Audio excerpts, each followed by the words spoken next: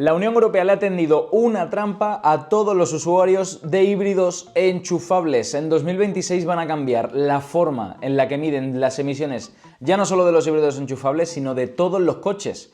Y los mayores afectados van a ser estos, los híbridos enchufables. Y puede que cambien muchísimas cosas. Bienvenidos a Motor 22, yo soy Pedro y en este vídeo vamos a estar viendo qué es lo que exactamente cambia, qué cambia y cómo te afecta si estás pensando en comprarte un coche, sobre todo un híbrido enchufable, que a día de hoy sinceramente creo que es una de las mecánicas más interesantes que tenemos en todo el mercado. Este vídeo va de una cosa bastante concreta y es el factor de homologación que utiliza Europa y Estados Unidos para calcular el consumo y el CO2. Ya no solo el consumo, que es algo bastante interesante para saber cuánto va a consumir un coche antes de que lo compremos, incluso de que lo probemos, sino también bajo esta homologación también podemos ver las emisiones que van a hacer estos coches y cuánto van a contaminar por cada kilómetro que hagan. Y ojo, porque en el caso de los híbridos enchufables es bastante complejo. Si el sistema asume que circulas mucho en modo eléctrico, el consumo oficial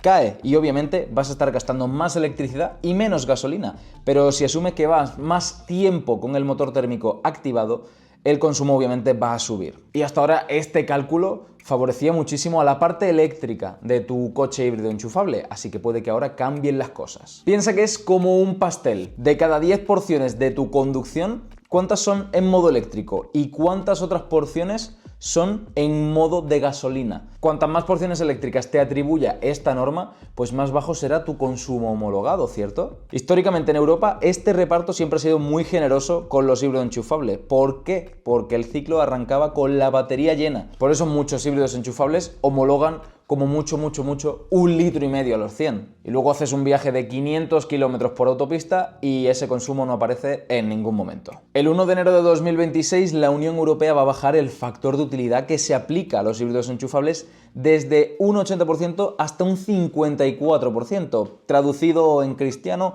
harán menos kilómetros de regalo en modo eléctrico y por lo tanto subirán el consumo y el CO2 homologado de muchos híbridos enchufables actuales. ¿Y cómo están respondiendo las marcas? Pues las marcas responden poniendo baterías aún más grandes a los híbridos enchufables. Ahora estamos viendo coches que pueden hacer más de 100 kilómetros en modo 100% eléctrico y esto es mucho mejor que los anteriores, ya no solo por la utilidad, sino también para la homologación. ¿Pero ese consumo es real o es simplemente para la homologación? Pues aquí depende mucho de tu conducción y del estilo que vayas a llevar de vida.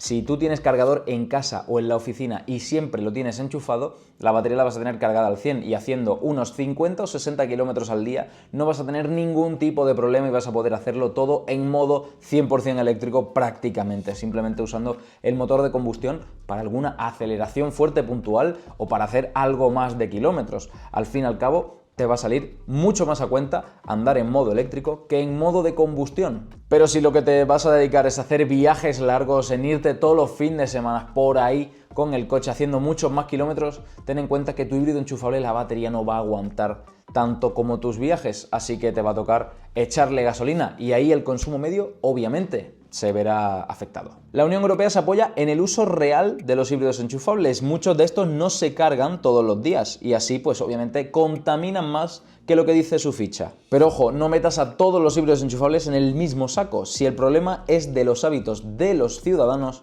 no les des las ayudas a quienes no los van a enchufar. Si nos ponemos exquisitos con este tipo de vehículos, vamos a ponernos exquisitos con todos. ¿Y cuál es el factor de utilidad real de un híbrido ligero en autovía? ¿Qué emisiones tiene cargar un coche eléctrico puro con el mix energético de Polonia o de Francia? En cada país ya sabes que se genera la energía de una forma diferente y al final no es lo mismo consumir electricidad en España, que es bastante limpia en comparación con otros países, que consumirla, por ejemplo, en Francia o en Polonia, que Francia, por ejemplo, utiliza muchísima energía nuclear. Y esta normativa no lo tiene en cuenta, aunque tú estés enchufando un coche eléctrico, da igual si la energía viene generada a través del gas. En 2026 veremos híbridos enchufables con más batería y homologaciones de más de 2 litros a los 100 en la ficha. Algunas marcas europeas revisarán toda su gama para cuadrar el CO2 de toda su flota y marcas chinas seguirán atacando a tope con híbridos enchufables muy competitivos y con el arancel un poco incluido en el precio.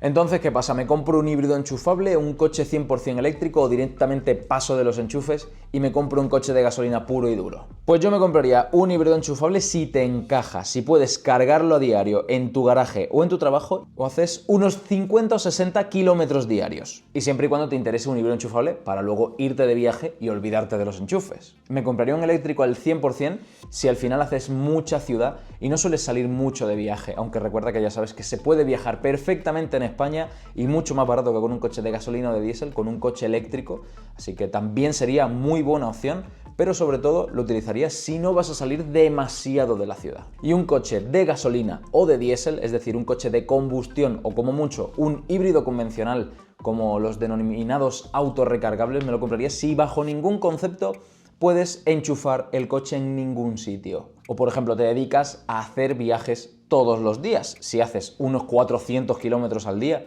nunca jamás me compraría un coche eléctrico. Antes de acabar, vamos con algunos mitos, algunas preguntas y respuestas rápidas sobre los híbridos enchufables que son muy interesantes. Los híbridos enchufables consumen siempre 1 o 2 litros. Pues esto es mentira. Dependerá mucho de la conducción que vayas a llevar y de si has cargado la batería, que esto es lo más importante. Si no cargas la batería, lo vas a utilizar como un híbrido convencional y el consumo obviamente se multiplicará por 4 o por 5. ¿Las marcas hacen trampa para homologar esos consumos? Pues en parte sí, pero pueden llegar a ser reales o incluso ser más bajos. Como te acabo de decir antes, los consumos siempre van a variar en un híbrido enchufable dependiendo de los kilómetros que hagas y dónde los hagas. No es lo mismo hacer 200 kilómetros en autopista que hacer 70 kilómetros por la ciudad. Y para ir finalizando este vídeo, a día de hoy yo creo que un híbrido enchufable sin duda es una de las mejores opciones para tener un coche para todo, tanto para viajes como para poder utilizarlo en ciudad siempre y cuando eches unos números y ves que te sale a cuenta